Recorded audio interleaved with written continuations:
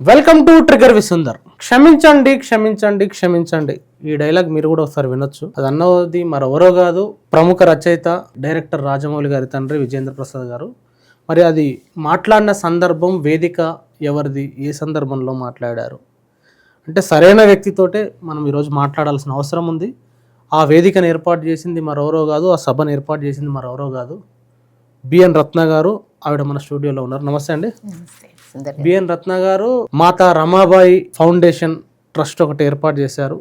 అదేవిధంగా the leaf పేరుతోటి దళిత్ ఆదివాసీ lady entrepreneurs సంబంధించిన లోన్స్, ఆ ప్రాసెస్, వాటికి సంబంధించిన అంశాల్లో చాలా ఒక దశాబ్ద కాలం పాటు పనిచేస్తూ ఉన్నారు. క్షమించండి క్షమించండి క్షమించండి అని విజేంద్ర ప్రసాద్ గారు మాట్లాడిన మాటలు పెద్ద ఎత్తున రాష్ట్రాల్లో తెలుగు మాట్లాడే వాళ్ళు చర్చనీయాంశమైంది.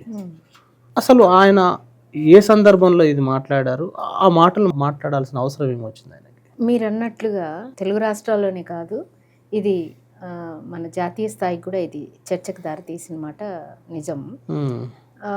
యాక్చువల్గా మాది మాతా రమాబాయి అంబేద్కర్ మెమోరియల్ ట్రస్ట్ అన్నదాన్ని మేము స్థాపించుకుని, ఈ ట్రస్ట్ ద్వారా మేము ఎవరైతే అభివృద్ధి చెందిన, విజయాలు సాధించిన లేదా గొప్ప సర్వీస్ ఇచ్చిన మెన్ ఉన్నారో, పురుషులు, వారి వెనక కనపడని ఒక మహిళా శక్తిని గుర్తిస్తూ వారి కాంట్రిబ్యూషన్ కూడా ఉంది, వారిని మనం గుర్తించాల్సిన అవసరం కూడా ఉంది అని చెప్పి అన్నటువంటి ఒక దృక్పథంతో ఈ అవార్డ్స్ని స్టార్ట్ చేశాము. అవార్డ్స్ ఇచ్చాము. ఈ అవార్డ్స్ ఎవరికి ఇచ్చాము అంటే రెన్యూడ్ లీడర్స్, ఎవరైతే దశాబ్దాల కాలంగా సామాజిక సేవలు, దళితోద్యమాలలో, అలాగే గ్రేట్ రిఫార్మ్స్ మీద పనిచేసినటువంటి వ్యక్తులు, మహోన్నత వ్యక్తులు ఉన్నారో, వారి భార్యల జీవితాల్లో చాలా చూడని కోణాలు ఉన్నాయి. అంటే కొంతకాలం వరకు సపోజ్ గద్దరన్న గారి భార్యకి ఇవ్వడం జరిగింది. గద్దరన్న గారు పూర్తి స్థాయిలో ప్రజల మనిషిగా జీవిస్తున్న కాలము, ఆమె పడ్డ వేదన, ఆమె కుటుంబం వైపు ఆమె పడిన భారము, తర్వాత వచ్చి ప్రజల వైపు ఆమె చూపించిన బాధ్యత, వీటన్నిటికీ చాలా పెద్ద ఎక్స్ప్లెనేషన్స్ ఉన్నాయి. వాటిని మనం ఎందుకు గుర్తించము? లైక్ రమాబాయి అంబేద్కర్ గారు. రమాబాయి కూడా ఏదైతే అంబేద్కర్ గారు ఒక మహోన్నత వ్యక్తిగా, విజ్ఞాన ఖనిగా అవతరిస్తున్నారో, ఆ క్రమంలో ఆమె తోడ్పాటు, ఆమె యొక్క సహకారము అత్యున్నతమైనది. ఓ రకంగా నేనైతే చెప్తాను, మహిళా పక్షపాతిగా ఆయన కన్నా ఆమె గొప్పతనం ఎక్కువ అనేది నాకు అనిపిస్తుంది. సో అట్లాంటి వాళ్ళని గుర్తించకుండా, అంటే విమెన్ కాంట్రిబ్యూషన్ని మనం ఏ స్థాయిలో గుర్తిస్తున్నాం, ఎందుకు గుర్తించలేకపోతున్నాం అన్న దాని మీద ఆలోచన రేకెత్తించి నేను ఈ అవార్డ్స్ని ప్లాన్ చేశాను. ఏం పేరు పెట్టారండి అవార్డ్స్కి? Awards symbol of sacrifice, Mata Ramabai Ambedkar memorial award, symbol of sacrifice. అంటే ఈ దేశంలో అత్యధిక త్యాగానికి ఒక సింబల్ కనపడాలంటే మాత్రం మాతా రమాబాయి అంబేద్కర్. ఎందుకంటే ఆమె ఒక గొప్ప వ్యక్తిని, ఈ దేశ రాజ్యాంగ నిర్మాతని మనకు అందిస్తూ తన కుటుంబాన్ని కోల్పోయింది. ఆమె చివరాఖరికి రక్తహీనతతో చనిపోయింది. అంటే తనని, తన కుటుంబాన్ని త్యాగం చేసి కాదు, మొత్తము సాక్రిఫైస్ అంతా వాళ్ళ కుటుంబంలో కనిపిస్తుంది. సో నాకు అందుకు I wanted to make it as symbol of sacrifice. ఇదే అంటే మీరు సింబల్ ఆఫ్ సాక్రిఫైస్ అంటున్నారు, రమాబాయి గారి గురించి మాట్లాడుతున్నారు, బాబాసాహెబ్ గురించి మాట్లాడుతున్నారు. ఇలాంటి ఈవెంట్కి విజేంద్ర ప్రసాద్ గారిని ఎందుకు పిలవాల్సి వచ్చిందండి? విజేంద్ర ప్రసాద్ గారిని నేను అనుకున్నాను ఎందుకు పిలవకూడదు అని. ఆయన ఒక ఉన్నత పదవిలో ఉన్న రాజ్యసభ సభ్యుడిగా కాదు, ఆయన గొప్ప రైటర్గా కాదు, ఆయన గొప్ప సినిమా దర్శకుడుగా కాదు, ఆయన ఒక అంబేద్కర్ ఫ్యాన్గా నేను గుర్తించాను. ఆయన వీరాభిమాని, అంబేద్కర్ గారికి వీరాభిమాని. విజేంద్ర ప్రసాద్ గారు అంబేద్కర్ గారి మీద మన సభలో కూడా చెప్పారు, అంబేద్కర్ గారి మీద ఒక గొప్ప చిత్రాన్ని తీయబోతున్నట్టుగా ఆయన ప్రకటించారు. అది మాకు దాదాపుగా 8 నెలల క్రితమే మాతో చర్చలు జరిగాయి. అంటే ఫిలిం ప్రొడ్యూసర్ బొమ్మకు క్రియేషన్స్, బొమ్మకు మురళి గారిని ఆయన సంప్రదించినప్పుడు కొంతమంది మేధావి వర్గాలతో ఆయన చర్చ జరిపినప్పుడు మేము కూడా అందులో కూర్చున్నప్పుడు దాదాపుగా 3 hours సారు స్టోరీ చెప్పారు. అసలు ఒక గొప్ప అంబేద్కర్ వ్యక్తిత్వాన్ని అతి గొప్ప స్థాయిలో ఆయన సాక్షాత్కరించారు మాకైతే. నాకు ఎక్దమ్ గూస్ బంప్స్ వచ్చినాయి ఆయన చెప్తుంటే, కథ చెప్తుంటే. అంత గొప్ప వ్యక్తిత్వాన్ని మరొకరు తీయలేరేమో ఆయన తప్ప అని కూడా నాకు అనిపించింది.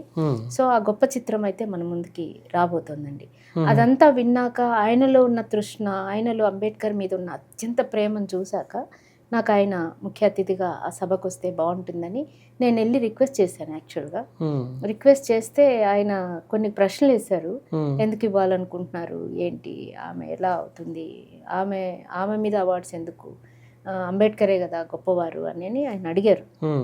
నేను అన్నాను, ప్రతి కుటుంబంలో ఒక స్త్రీ పాత్ర ఉంటుంది కదా సార్, ఆ స్త్రీ ప్రోత్సహిస్తుందా లేదా కాదు, అడ్డుకోకపోవడమే గొప్ప ప్రోత్సాహంగా నేను భావిస్తాను. ఆమె దేశభక్తురాలు సార్ అన్న. ఆయనకు ఆమె దేశభక్తురాలు అనడం చాలా బాగా నచ్చింది. నచ్చి నేను వస్తానమ్మా తప్పనిసరిగా, ఈ కార్యక్రమం నాకు నచ్చింది అని చెప్పారు. ఈ నేపథ్యంతో ఆయన రావడం. అంటే తను రాజ్యసభ సభ్యులు, ఆర్ఎస్ఎస్ నేపథ్యం ఉన్నది కాబట్టే సినిమా రంగంలో అలాంటి పాత్ర పోషిస్తున్నారు కాబట్టి ఆయన రాజ్యసభ సభ్యులుగా బీజేపీ ప్రమోట్ చేసింది. ఆయన నరనరాన ఇప్పుడు నేను ఆర్ఎస్ఎస్ అని తను కూడా కొన్ని సందర్భాల్లో చెప్పుకున్నాను. అలాంటి వ్యక్తి ఆర్ఎస్ఎస్ ఐడియాలజీ, అంబేద్కర్ ఐడియాలజీ రెండింటి మధ్య మనం కంపేర్ చేయలేం. ఆర్ఎస్ఎస్ ఏదైతే ఐడియాలజీ పెంచి పోషిస్తుందో దానికి వ్యతిరేకంగానే బాబాసాహెబ్ అంబేద్కర్ జీవితం అంతా పోరాడిండు. అలాంటి ఐడియాలజీ ఉన్న వ్యక్తికి సంబంధించిన అంశంలో ఆయన ఒక గొప్ప సినిమా తీస్తున్నాడు అనుకున్నప్పుడు, అంటే ఆర్ఎస్ఎస్ సంబంధించిన ఏం అవి ఉండే అవకాశం ఉండదు. అలాంటి వ్యక్తిని వేదిక మీద అంబేద్కర్ అవార్డ్స్ ఇప్పించడం అనేది సరైంది అనుకుంటారు? ఆయన ఆర్ఎస్ఎస్ బ్యాక్గ్రౌండ్ ఉన్నమాట వాస్తవం అండి. నాకు తెలిసి మనం కూడా చాలా ఇంటర్వ్యూస్లో చూసుంటాము. ఆర్ఎస్ఎస్లో ఉన్న దాష్టిక భావజాలాలు వేరు, దేశభక్తి ఉన్న కొంతమంది వ్యక్తులు వేరని నా భావన. సో అందులో ఉన్న దేశభక్తులు అయితే నిజంగా వ్యక్తుల మీద, వర్గాల మీద చేస్తున్నటువంటి దాష్టికాలని ఖండించి బయటకు వచ్చిన వాళ్ళు కూడా మనం చాలామందిని చూసాం. సో మేబీ ఈయనకు ఆ రకమైన భావజాలం ఉంది, ఒక సమానత్వ భావజాలం ఉంది అని నాకు అనిపించింది. ఆయన రాజన్న సినిమా కూడా తీశారు. రాజన్న సినిమా తీస్తున్నప్పుడు కూడా ఆ సినిమాలో పెత్తందారి వర్గాల యొక్క దాష్టికాలని కళ్ళకు కట్టినట్టు ఆయన తీశారు.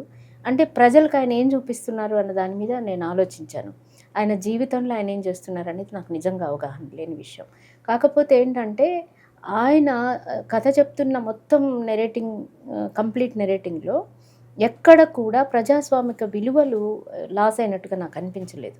ఆయన ఒక మాట అన్నారు మనతో, ఈ ప్రజాస్వామికం విలువలు కలిగిన దేశంలో, ప్రజాస్వామ్యంలో అత్యధిక వర్గాలైనటువంటి బహుజనులు, స్త్రీలు ముఖ్య పాత్ర వహించాలి అన్నారు. వాడారు బహుజనులు, స్త్రీలు రాజ్యాన్ని పాలించడానికి అర్హులు అన్నారు. ఇంత గొప్ప మాట ఎవరు అన్నారు, అంత గొప్ప మాట ఆయన అన్నారు. తర్వాత రమాబాయి అంబేద్కర్ గారి పాత్ర చిత్రీకరణలో ఒక అద్భుతమైన వ్యక్తిత్వాన్ని కూడా ఆయన డిజైన్ చేశారు. అంటే ఆమె తెలిసి తెలియక అమాయకత్వంలో అంబేద్కర్ గారిని ఎలాంటి ఉద్యమ రచనలకి ఆమె రూపకల్పన దోహదపడింది అనే దాన్ని, అమాయకంగా ఆమె అడిగే క్వశ్చన్స్కి ఆయన కొన్ని ఉద్యమాలు నిర్మించుకున్నారు అని చెప్పారు. అంటే సహజంగా మన ఇంట్లో కూడా చాలా మంది పురుషుల ఎదుగుదలలో స్త్రీలు పాత్ర వహిస్తుంటారు, తెలుసో తెలియకో. సో అలాంటి స్క్రిప్ట్ రావాలి. అలాంటి స్క్రిప్ట్ వస్తే ప్రాధాన్యత మహిళలకు ఎంతవరకు ఉన్నదని మనకు అర్థమవుతూ ఉంటుంది. సో అందుకని నాకు కరెక్ట్గా ఉంది అనిపించింది. ఆయన స్టోరీ చెప్పిన తర్వాత మాత్రం ఇది నభుతో నా భవిష్యత్ అనిపించింది. ఇంత గొప్పగా ఎంత అంబేద్కరిజంలో పుట్టి పెరిగిన వాళ్ళు కూడా తీయలేరేమో సినిమా అని అయితే నాకు అనిపించింది. చూద్దామండి, భవిష్యత్తులో రిలీజ్ అవుతే తప్పకుండా చూద్దాం. అయితే ఈ క్షమించండి క్షమించండి క్షమించండి అనే ఈ మాటలు ఏవైతున్నాయో, ఆ మాటలు మాట్లాడే కంటే ముందు, మాట్లాడిన తర్వాత ఆ సందర్భంలో ఏం జరిగింది వేదిక పైన? యాక్చువల్గా వేదిక మీద అయితే ఏం జరగలేదు. డైరెక్ట్గా ఆయన వేదిక మీదకి వచ్చి, ఆయన నేను పైన కూర్చోవడం కాదు కింద నుంచే చూస్తాను అన్నారు. వేదిక మీదకి వచ్చాక అవార్డ్స్ మాత్రం మీ చేతుల మీద మీరు కూడా ఇవ్వాలి సార్ అంటే వచ్చారు, పైకి వచ్చారు. విమలా గద్దరన్నయ్య మిస్సెస్కి మనము అవార్డు స్టార్ట్ చేసాము. స్టార్ట్ చేయంగానే ఆయన మాట్లాడతానంటూ ఆ వేదిక మీద పాట పాడిన మన శంకర్కుని కూడా వేది మీద పిలిచి ఆయన అభినందించారు, చాలా గొప్పగా పాడారు అని చెప్పారు. తర్వాత నా సినిమాలో మీకు వేషం వేయాలని ఉంది బాబు అని కూడా ఆయన చెప్పారు సంతోషంగా. అప్పుడు చెప్తూ ఆయన మనసులోని ఇలాంటి భావాలు చెప్తారని నేను అసలు ఎక్స్పెక్ట్ చేయలేదు. అసలు అన్ఎక్స్పెక్టెడ్, అది ఆయన డెలిబరేట్లీ చెప్పారా ఎట్లానే నాకు తెలీదు. బట్ ఆయన అన్నది ఏంటంటే, ఆయన అన్న విషయంలో మా పూర్వీకులు నోటితో చెప్పరాని తప్పులు చేశారు, అవి వాటికి నేను సిగ్గుపడుతున్నాను, ఆ వంశంలో పుట్టానా అని నేను సిగ్గుపడుతున్నాను అని చెప్పారు ఆయన. అలా చెప్తున్న క్రమంలో ఆయన ఏం చెప్పారంటే, వాళ్ళ ఫాదర్ ఎంత ఈ కుల వివక్ష లేకుండా ఉండేవారు, ఈయన తరంలో కూడా ఎలా కుల వివక్ష లేకుండా ఉండేవారో కూడా ఆయన ఎగ్జాంపుల్స్తో సహా చెప్పారు. అంటే మారుతున్న సమాజం నుంచి మనకు అవి అర్థమవుతున్న దృక్పథాలే అండి. సో అందుకని నేను ఆయన అన్నది కూడా ఎన్నాళ్ళ నుంచో నా మనసులో గూడు కట్టుకున్న భావాలు నేను ఇప్పుడు ఇక్కడ చెప్తున్నా అని కూడా, ఆ వేదికను నేను ఉపయోగించుకుంటున్నా అని కూడా ఆయన అన్నారు. అంటే ఆయనలో ఉన్నటువంటి అపరాధ భావం అది. అపరాధ భావాన్ని ఆయన ఆ వేదిక ద్వారా సమస్త ప్రజలకి, అణచివేతకు గురైనటువంటి, వివక్షకు గురైనటువంటి వర్గాలకి మహోన్నతమైన ఒక వ్యక్తిత్వంతో ఆయన చెప్పారండి. దాన్ని మనం తప్పనిసరిగా ఆహ్వానించాలి. ధన్యవాదాలు కూడా తెలియజేయాలి. మీటింగ్ తర్వాత కానీ తర్వాత టైంలో దానికి సంబంధించి ఏదైనా చర్చ జరగలేదండి, జరగలేదు. తర్వాత ఆయనని మేమే ఒక అభినందన పత్రం పంపించాము, ఆయన కూడా థ్యాంక్స్ చెప్పారు అంతే. దాని తర్వాత ప్రజల్లో ఇది పెద్ద చర్చ జరుగుతున్నట్టుగా నేను చూసాను. అంటే తను నిజంగా ఏ సందర్భం మీ మీటింగ్ సందర్భంగా మాట్లాడుతూ మా తరాలు తప్పు చేశాయని కొంత కన్ఫెషన్ నడిచింది. కానీ చాలా మంది ఈ సందర్భంగా ఈ 2026లో మాట్లాడుతూ అవన్నీ పుకటి పురాణాలు, ఉట్టి బూటకాలు, కల్పితాలు అని చెప్పేసి బుకాయిస్తున్న వాళ్ళు కూడా కనిపిస్తున్న, బ్రిటిషర్లు పెట్టారని చెప్పేసి బుకాయిస్తున్న వాళ్ళు ఉన్న సందర్భంలో ఈ మాటల్ని పక్కకు పెట్టి చూస్తే, ఈ తర్వాత ఆయన చేసిన కామెంట్ల తర్వాత చాలా ఈ రైట్ వింగ్ ఛానల్స్, యూట్యూబర్స్ కూడా డిఫెండ్ చేస్తూ చాలా వీడియోలు చేశారు. అంటే ఎట్లా చూడొచ్చు? అంటే ఈ రైట్ వింగ్ ఛానల్స్ మీరు అన్నట్టుగా భుజాలు తడుముకోవడం అంటారు కదా, దొంగలు అనగానే భుజాలు తడుముకుంటారు, అలా ప్రవర్తన అలాగే ఉంది. ఇందులో వాళ్ళు చాలా నిష్ణాతులు అయిపోయారు. ఏం చెప్పినా బట్టగాల్చి మీదేసేయాలి, ఏం చెప్పినా దాన్ని మేమే గొప్పలమి, అవన్నీ జరిగినవంతా బ్రిటిష్ వాడు చేశాడు, చైనా వాడు చేశాడు, పాకిస్తాన్ వాడు కుట్ర అని చెప్పేస్తే అక్కడికి అది అంతమైపోతుంది అన్నది వాళ్ళ శైలి.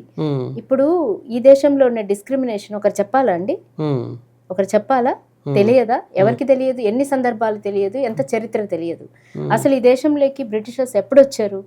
1500వ శతాబ్దంలో BC 1000 to 1500 అంటారు. ఆ టైంలో ఆర్య బ్రాహ్మణులు వలస వచ్చిన వాళ్ళు. వీళ్ళంతా బ్రిటిషర్స్ ఎట్లొచ్చారో, ముస్లిం వర్గాలు ఎలా వచ్చాయో అన్నీ కూడా ఆర్య బ్రాహ్మణులు కూడా వలస వచ్చిన జాతులు ఇవి. వలస వచ్చిన జాతులు రాజ్యాధికారం కోసమే మన మీద దాష్టికాలు చేశారు. ఇక్కడున్న హిందువులందరూ అలాంటి వాళ్ళు కాదండి. హిందువులు అలాంటి వాళ్ళు కాదు, బ్రాహ్మణులు కూడా అలాంటి వాళ్ళు కాదు. బ్రాహ్మణులు కూడా ఎంతో గొప్ప వ్యక్తిత్వంతో ఉన్నటువంటి దేశం ఇది. అలాంటి వాళ్ళలో విషం నూరిపోసింది మాత్రం ఆర్య బ్రాహ్మణ వర్గాలే. ఈ ఆర్య బ్రాహ్మణ వర్గాలు వచ్చిన తర్వాతే వర్ణ వ్యవస్థ ఇక్కడ ఇంట్రడ్యూస్ అయింది. వర్ణ వ్యవస్థ ఇంట్రడ్యూస్ అయిన తర్వాత అది మూలాలకి దూసుకుపోయింది. ఈ రోజుకి కూడా మనం పెకలించలేని పరిస్థితి ఉంది. దానికి విరుగుడు అంటే ఒక్క రాజ్యాంగమే.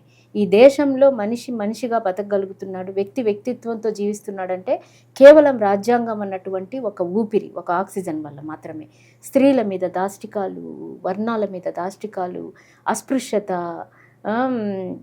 ఆయన చెప్పినట్టు నోటితో చెప్పుకోలేనంత ఘోరాలు, అంటే తినే తిండిలో పెంట కలపడాలు, వాళ్ళ పెంట మనతో ఎత్తించడాలు, మూత్రం పోయడాలు ఇప్పటికి కొనసాగట్లేదా? ఇప్పటికీ మనము మీలాంటి సోషల్ మీడియా వచ్చింది కాబట్టి అన్నీ మేము ఓపెన్గా చూడగలుగుతున్నాం. గోధి మీడియా అయితే అవన్నీ చూడగలిగే వాళ్ళం కాదు. ఎక్కడ జరగట్లేదు, ఎప్పుడు జరగట్లేదు. అలాగే ఈ దేశంలో బ్రిటిష్ కాలం వచ్చిన తర్వాత సంస్కరణలు దేని మీద జరిగాయి? మెకాలే సంస్కరణలు దేని మీద జరిగాయి? ఇక్కడున్నటువంటి దురాచారాల మీదనే మెకాలే సంస్కరణలు జరిగాయి. అంటే మెకాలే సంస్కరణలో ఒక ఐపీసీనే తీసుకొచ్చారు. ఐపీసీ తీసుకొస్తూ వాళ్ళు ఏం చెప్పారు? తప్పు చేసినప్పుడు అందరూ సమానత్వ చట్టాన్ని ఒకటి తీసుకొచ్చాడు ఆయన. ఎవడు తప్పు చేసినా వాడికి శిక్ష పడుతుంది అని చెప్పారు. అంతకుముందు ఏముండే? మొన్నటికి ఒక Congress MP, Madhya Pradesh Congress MP, SC ST మహిళలు అంత అందంగా ఏమి ఉండరు, కానీ వాళ్ళ మీద అత్యాచారాలు చేయడము పుణ్యకార్యం అన్నాడు. ఆ బ్లడీ ఇడియట్ ఏమన్నాడంటే వాళ్ళ మీద అత్యాచారం చేయడం పుణ్యకార్యం అన్నాడు. శిక్ష పడిందా అండి అతనికి? ఈ దేశంలో శిక్ష పడిందా అతనికి? పడాలి కదా. ఎవడో బన్ను తింటే వాని మీద పడి గొంతు చించుకుంటున్న వాళ్ళు ఇవాళ ఒక కులాన్ని ఆపాదిస్తూ స్త్రీల మీద అత్యాచారం చేయడం మా సంప్రదాయం అని, ఒక పుణ్యకార్యం అని చెప్పుకుంటున్నారు ఇక్కడ. ఇలాంటి వెధవ సోది, ఇలాంటి వెధవ ఆచార సంప్రదాయాలు ఉన్నాయి కాబట్టే మెకాలే ఆ రోజు తప్పు చేసిన ప్రతి ఒక్కడికి చట్టం ఉంటుంది అని చెప్పాడు. బ్రిటిష్ వాడిని దుమ్మెత్తిపోయడం ఏంటండి? బ్రిటిష్ వాడు దాష్టికంగానే వచ్చాడు, ఈ దేశాన్ని పరిపాలించాలని వచ్చాడు, ఈ దేశాన్ని దోచుకోవాలని వచ్చాడు. ఆర్య బ్రాహ్మణులు దోచుకోవాలని వచ్చారు, ముస్లిం రాజులు దోచుకోవడానికి వచ్చాడు. ఎవడేం ఎగ్జంప్షన్ కాదు. అందుకే బాబాసాహెబ్ అంబేద్కర్ అంటారు, స్వాతంత్రాన్ని మీరెందుకు వస్తున్న స్వాతంత్రం మీద మీరేమనుకుంటున్నారంటే, నేను పెద్దగా స్వాతంత్రం వచ్చిందని ఉప్పొంగిపోనండి. స్వాతంత్రం రావాల్సింది బడుగు బలహీన వర్గాలకి, అస్పృశ్యులకి స్వాతంత్రం రావాలి. మాకు జరుగుతుందంతా అధికార బదలాయింపు తప్ప మరొకటి నాకు ఈ దేశంలో కనపడదు అని ఆయన చాలా స్పష్టంగా చెప్పాడు. Is a great visionary. ఆయన క్లియర్గా చెప్పారు, ఇవాళ వాళ్ళు పాలిస్తున్నారు, వాళ్ళు తంతారు, రేపు మీరు పాలిస్తారు, మీరు తంతారు. ఎందుకంటే మీరు పూర్వం తన్నినోళ్ళే, మీరు కూడా పూర్వం తన్నినోళ్ళే మీరంతా కూడా అని ఆయన చెప్పారు. సో అదే జరిగింది, ఇప్పుడు కూడా అదే జరిగింది. ఇప్పుడు ఫర్ ఎగ్జాంపుల్ ప్రజాస్వామ్య దేశంలో ఎవరండి ప్రజలు? ప్రజలు అంటే ఎవరు? ప్రజలు అంటే ఇప్పుడు మనం చెప్తున్నామా, మెజారిటీ వర్గాలు, హిందువులు, తెలంగాణీయులు, బయటోళ్ళు కాకుండా తెలంగాణ వాదము, మరి హిందూ వాదము ఎందుకు వస్తున్నాయి? ఇవన్నీ మెజారిటీ వర్గాలతో వస్తున్నాయి. మరి ఈ దేశంలో మెజారిటీ వర్గాలు ఉన్న బహుజనుల కింద పాలన లేకుండా 12% ఉన్నటువంటి ఆ బ్రాహ్మణ క్షత్రియ బనియాల కింద ఎందుకుందండి? ఇవాళ ప్రజాస్వామ్యాన్ని నడిపే 4 పాదాలలో, ఈ 4 పాదాలలో కూడా జ్యుడిషియరీ అండ్ లెజిస్లేటివ్ అన్నిట్లో కూడా మరి ఎందుకు ఆ వర్గాలే ఉన్నాయి? ఉందా ప్రజాస్వామ్యం? ఉందా? నిజంగా స్వాతంత్రం వచ్చిందా? ఇవన్నీ మాట్లాడితే తప్పు. ఒక ఎవరైనా ఒక అపరాధ భావంతోనో సంఘ సంస్కర్తగానో లేకపోతే వాళ్ళ ఒక ఇంప్లిమెంటేషన్లోనో వాళ్ళు మాట్లాడారనుకోండి, దాన్ని రకరకాలుగా మసిపూసి మారేడుకాయ చేయడం తప్ప మరొకటి కాదు. రత్న గారు, మీరు ఇంటర్వ్యూలోనే కోట్ చేశారు, భారత రాజ్యాంగం లేకపోతే పరిస్థితులు ఇట్లా ఉండేవి కదని. అదే భారత రాజ్యాంగం భారతదేశానికి పనికిరాదు, అది అతికల బొంత అని చెప్పేసి ఆర్ఎస్ఎస్ 1950లోనే మాట్లాడింది, 51లో. మొన్న రీసెంట్గా కూడా రాజ్యాంగాన్ని మారుస్తామని చెప్పేసి బీజేపీ ఎంపీలు మాట్లాడుతున్నారు. ఆర్ఎస్ఎస్ వాళ్ళు అయితే మా ప్రాచీన రాజ్యాంగాన్నే మేము రాజ్యాంగం అని చెప్పేసి అంటున్నారు, మనుస్మృతినే మేము రాజ్యాంగంగా ఇప్పటికీ చూస్తామని చెప్పేసి. ఎట్లా చూడాలి వీరి వాదనలు? అదేనండి, ఇందాక నేను చాలా క్లియర్గా చెప్పాను. ప్రజాస్వామ్యంలో ప్రజల చేత, ప్రజల కొరకు, ప్రజలు ఎన్నుకోబడిన పాలన అని మనం చెప్పుకుంటున్నాం. ఆ ప్రజలు ఎవరు? వాళ్ళు కాదు, వాళ్ళు కేవలము దోపిడీదారి వ్యవస్థలు. ఆ దోపిడీదారి వ్యవస్థలకు మనుధర్మమే ఇంపార్టెంట్, మనుధర్మమే కావాలి వాళ్ళకు. ఇప్పటికీ పాలనలో వాళ్ళే ఉన్నారు కాబట్టి వాళ్ళే మాట్లాడుతున్నారు. ఎవరైతే నిజమైన అభివృద్ధికి నోచుకోని వర్గాలుగా, అట్టడుగు వర్గాలుగా, ఈనాటికి ఒక డిస్క్రిమినేషన్ గురవుతూ క్షోభతో, బాధతో బాధితులుగా, పీడితులుగా ఈ దేశంలో ఉంటున్నారో వాళ్ళు అనరండి. ఎందుకంటే రాజ్యాంగం లేని ఊపిరి కూడా లేదండి ఈ దేశంలో. రాజ్యాంగం అతుకుల బొంత అంటే ఈ దేశంలోనే కాదు, ఏ దేశంలో అయినా కాన్స్టిట్యూషన్ డెఫినెట్గా చేంజెస్ తీసుకుంటుంది ఎక్కడైనా. ఇప్పుడు మన టీవీ ఛానల్లో ఎన్ని టెక్నికల్ చేంజెస్ లేవు, ఆ అప్గ్రేడేషన్స్లో మనం తీసుకుంటాం. అలాగే మారుతున్న తరాలను బట్టి మనం మార్చుకుంటాం. అసలు సతీ సహగమనం ఎక్కడుంది? బాల్య వివాహాలు ఎక్కడున్నాయి? వితంతు వివాహాలు లేకపోవడం అనేది ఎక్కడుంది? తర్వాత ఆడవాళ్ళ మీద దేవదాసి ఇలాంటి యాక్టివిస్టులు మాట్లాడుతున్నారు. అదే విధంగా బ్రిటిష్ వాళ్ళు పట్టుకొచ్చారు, ముస్లింలు పట్టుకొచ్చారు, మా సనాతనంలో లేదు అని కదా మాట్లాడుతున్నారు ఈ యూట్యూబర్లు, సోకాల్డ్ మీడియా. అవునండి. సో అబద్ధాలని ప్రచారం చేయడం అనే ఒక ప్రొఫెషన్ ఉంది దాంట్లో. అబద్ధాలని ప్రచారం చేస్తున్నారు. మీరు ఇప్పుడు పిలవండి, డిస్కషన్ కి మాతో పిలవండి, వస్తారేమో. మీరు పిలవండి, ఛాలెంజ్ చేసి పిలవండి ఛానల్ ద్వారా. నిజంగా సనాతనం గురించి మాట్లాడేట వాళ్ళు వచ్చి మాట్లాడతారు. అసలు మహిళల్ని పిలవండి. ఈ రోజు మీడియాలకు వచ్చి మాట్లాడే హక్కే రాజ్యాంగం ఇచ్చిందండి వాళ్ళకి. సనాతనం ఎక్కడిచ్చింది వాళ్ళకి? ఇవ్వలేదు. కాబట్టి అదంతా కూడా అబద్ధాల ప్రచారం. ఈ అబద్ధాల ప్రచారంలో ప్రొఫెషన్స్ ఉన్నారు, వాళ్ళు మామూలుగా లేరు, చెప్పేసుకుంటున్నారు. కానీ ప్రజలు ఆమోదించరు. రాజ్యాంగం చాలా బలమైంది, చాలా శక్తివంతమైందని. రాజ్యాంగాన్ని ఎవడు టచ్ చేయలేడండి. ఎవడన్నా టచ్ చేశాడంటే మట్టి కొట్టుకుపోతాడు, భస్మం అయిపోతారు తప్పనిసరిగా. అంత ఈజీ కాదు రాజ్యాంగాన్ని.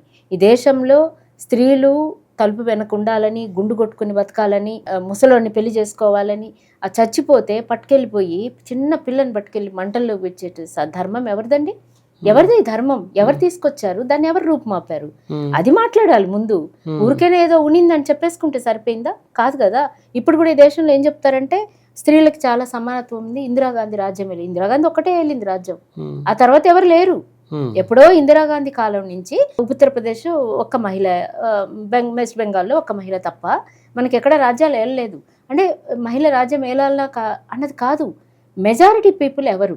ఇప్పుడు వాళ్ళే అంటున్నారు కదా, మేము హిందువుల మెజారిటీ కాబట్టి మేము అనుకుని జరగాల, మాకు అనుకూలంగా జరగాల అని చెప్తున్నారు కదా. మరి ఇక్కడ మెజారిటీ వర్గాలు బహుజనులు, మెజారిటీ వర్గాలు స్త్రీలు. వీళ్ళకెందుకు రాజ్యాధికారంలో హక్కులు లేవు?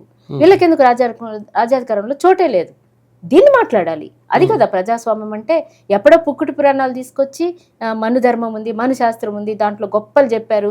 ఏం చెప్పారు గొప్పలు? ఏం చెప్పారండి? ఈ దేశంలో శూద్రునికి ఆస్తులు ఉండకూడదు, వాడు సంపాదిస్తే పై వర్గాలైనటువంటి బ్రాహ్మణ, క్షత్రియ, వైశ్య వర్గాల దగ్గరే ధనం పోగుపడాలి. ఇదా అండి? ఇది కావాలనుకుంటున్నారా? ఇప్పుడు ఎవరు అనుకుంటారు ఇది? స్త్రీలు వేశ్యలతో సమానం, పురుషులు ఆకర్షిస్తారు, లొంగ తీసుకుంటారు, పురుషుని యొక్క థాట్ని పాడు చేస్తారు అని చెప్పారు. ఏ స్త్రీలు? నిన్ను కన్న తల్ల, నీతో పుట్టిన చెల్ల, అక్క చెల్ల, ఎవరి గురించి మాట్లాడింది మన ధర్మం? స్త్రీలను, నీకు జన్మనిచ్చిన స్త్రీల గురించి నీచంగా మాట్లాడిన ధర్మం అండి అది. దాని ధర్మం కాదు, అధర్మం.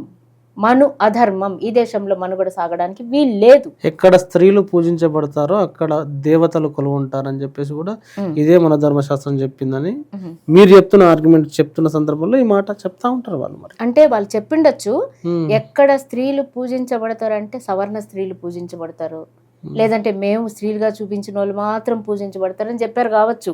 అది జరగలేదు. చరిత్ర గురించే మనం మాట్లాడుకుంటాం. వాడు 100 చెప్పాడో ఎన్ని చెప్పాడో తెలీదు.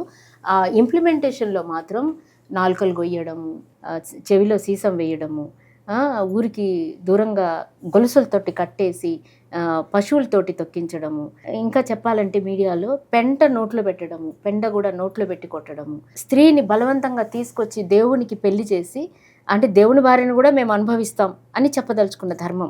వీటన్నీ ఆచరించింది ఎవరు? వాటి గురించి కొంతమంది పెద్దలు బయటకు వచ్చి ఇవన్నీ తప్పు అని చెప్తే తప్పేముంది? ఈ దేశంలో రాజ్యాంగాన్ని అనుసరిస్తే తప్పేముంది?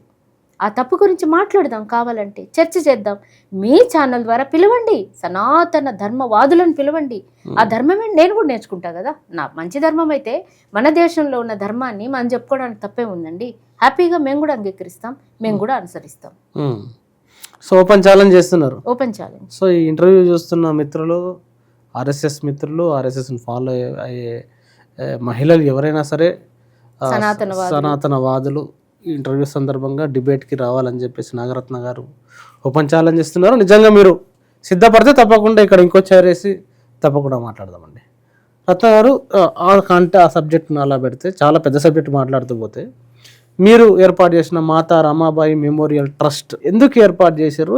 దాని లక్ష్యం ఏంటంటే? మీరు ఇందాక నా గురించి ఒక ఇంట్రడ్యూస్ చేస్తూ, నేను విమెన్ ఆంటర్‌ప్రెన్యూర్‌షిప్ మీద కూడా గత దశాబ్ద కాలంగా పనిచేస్తున్నాను. సెల్ఫ్ ఎంప్లాయ్మెంట్ క్రియేట్ చేయడం అన్నది నా దృక్పథం.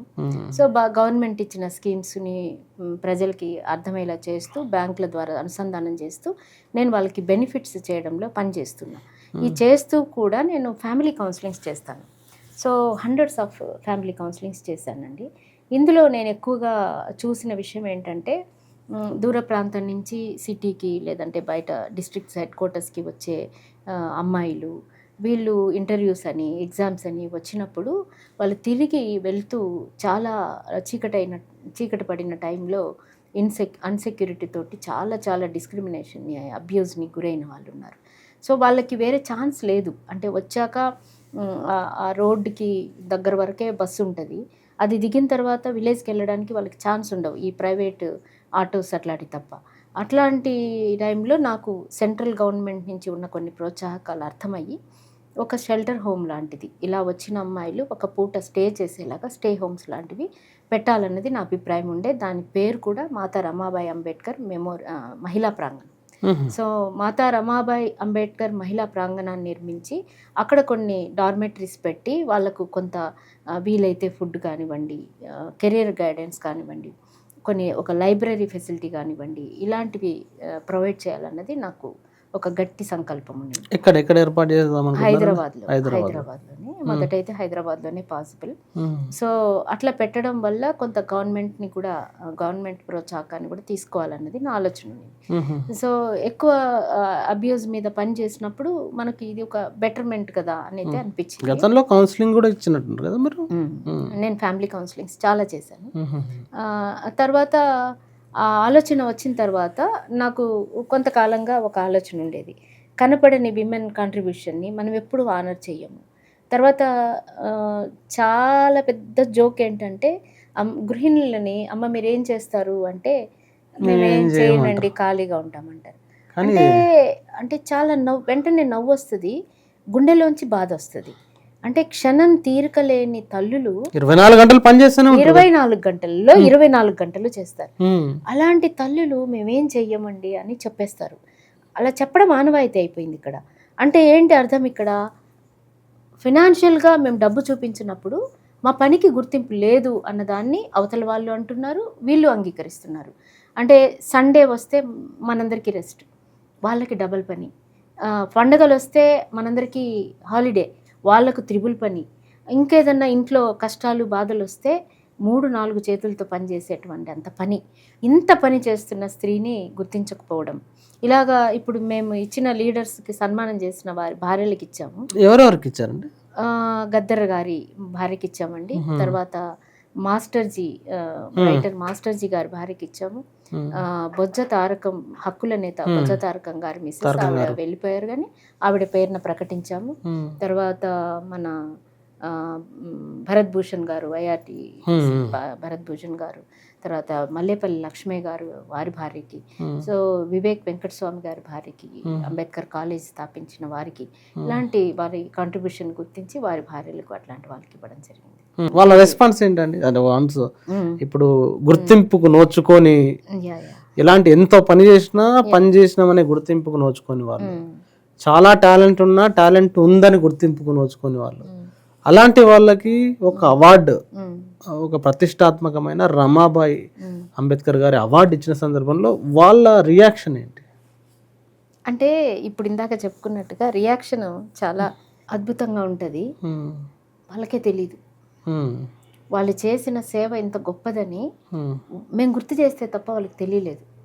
అదేదో నేను చేశానని అనుకున్నారు. కానీ ఇప్పుడు జేబీ రాజు గారు, ఆయన ఉద్యోగ సంఘాల నేతగా అనేక హక్కుల కోసం దశాబ్దాలుగా పోరాడినటువంటి ఒక గొప్ప మహనీయుడు ఆయన.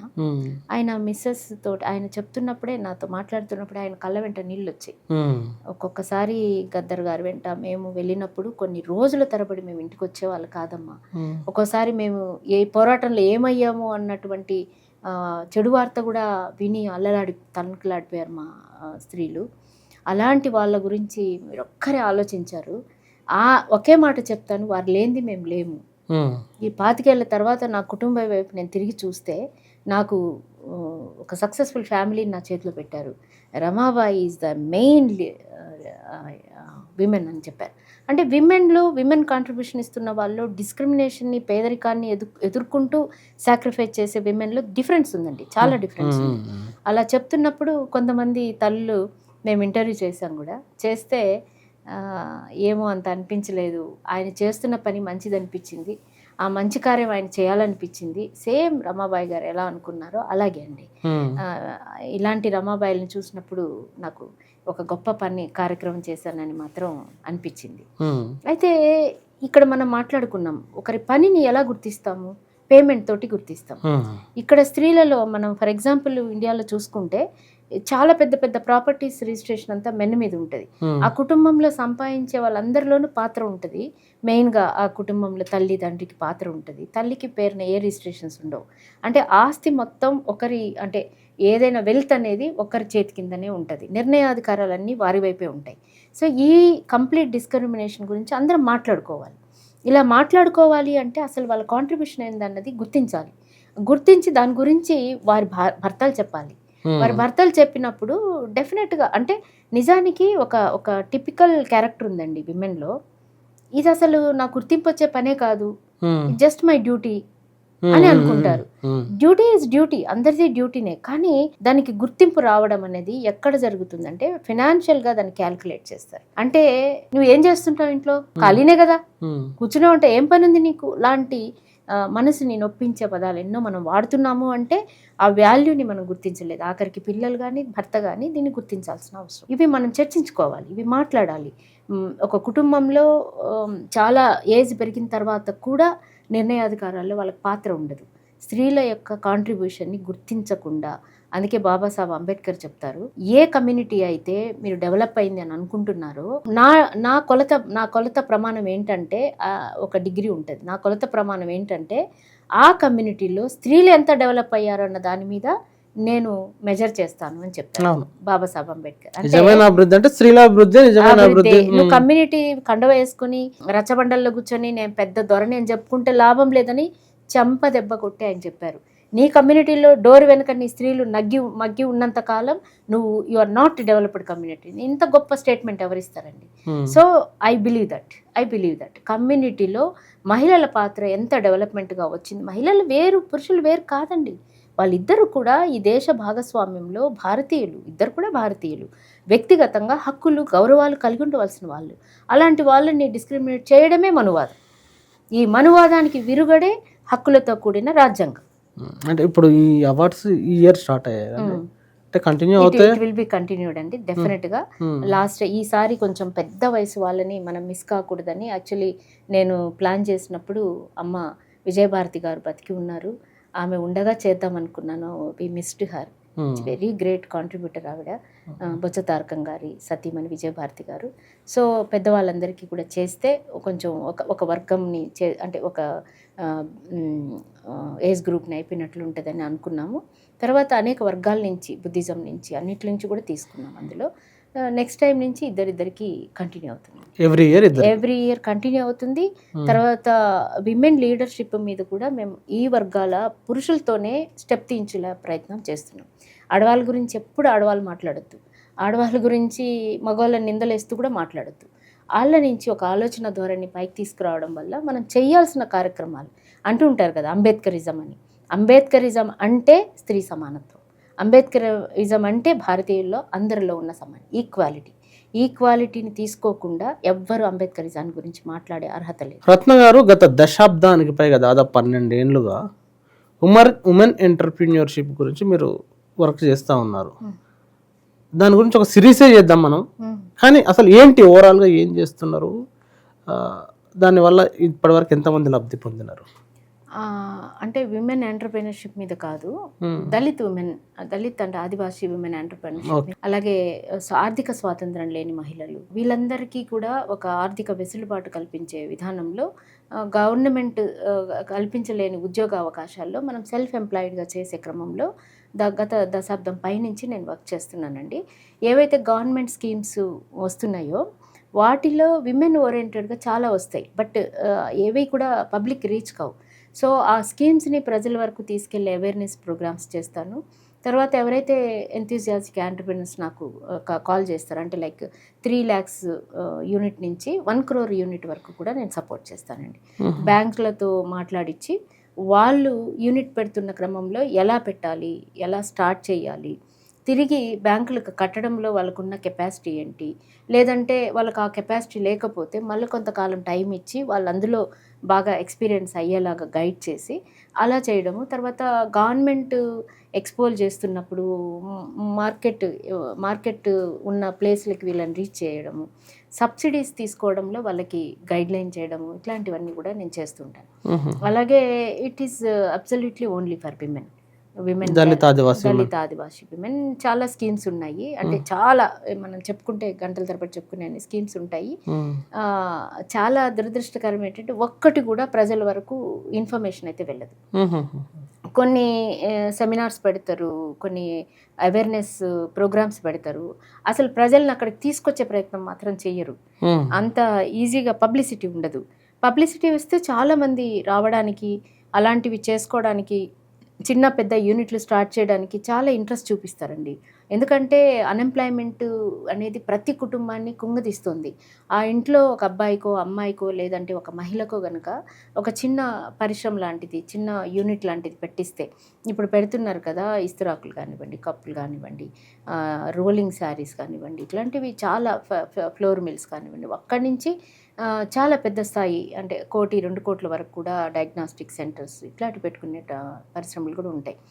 చాలామందికి అంటే డాక్టర్స్, ఇంజనీరింగ్ చేసిన వాళ్ళకు కూడా ఎలా స్టార్ట్ చేసుకోవాలి, బ్యాంక్ నుంచి లోన్ ఎలా పొందాలి, పొందిన లోన్ని ఎలా తీర్చాలి, మార్కెట్లోకి ఎలా ముందుకెళ్ళాలి, ఎలాంటి స్ట్రాటజీస్ పనిచేయాలి, ఎక్కడ పబ్లిక్ గ్యాదరేషన్లో మనం వర్క్ చేయాలి, ఈ డొమైన్స్ అన్నీ సరిగ్గా తెలియవు.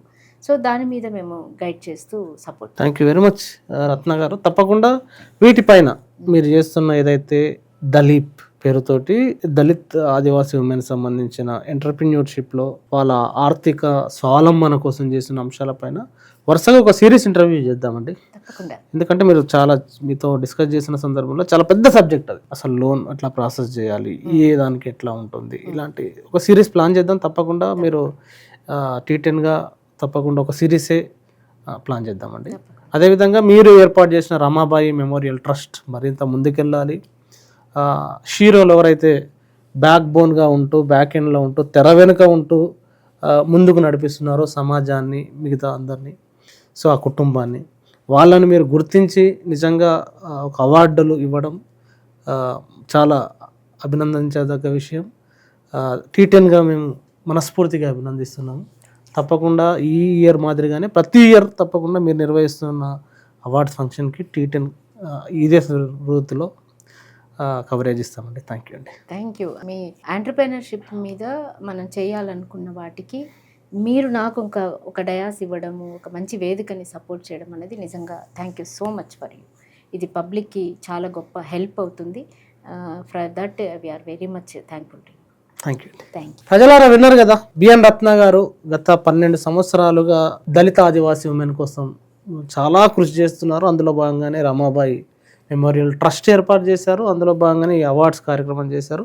ఆ అవార్డ్స్ కార్యక్రమంలోనే విజయేంద్ర ప్రసాద్ గారి మాటలు వైరల్ అవుతున్నాయి. కానీ వైరల్ అవుతున్నది ఒక సబ్జెక్ట్ అయితే, అంతకంటే గొప్ప ఆదర్శం, గొప్ప లక్ష్యం కోసం ఆ రమాబాయి గారి పేరుతో ఒక అవార్డ్స్ ఇవ్వడం, మహిళల ఎంపవర్మెంట్ కోసం నిత్యం పనిచేస్తున్న నాగరత్న గారు అనేక అంశాలను మీ ముందు ఉంచారు. మరి ఆమె మాట్లాడిన అంశాలపైన తప్పకుండా మీ కామెంట్ రాయండి. Thank you very much. చూస్తూనే ఉండండి T10.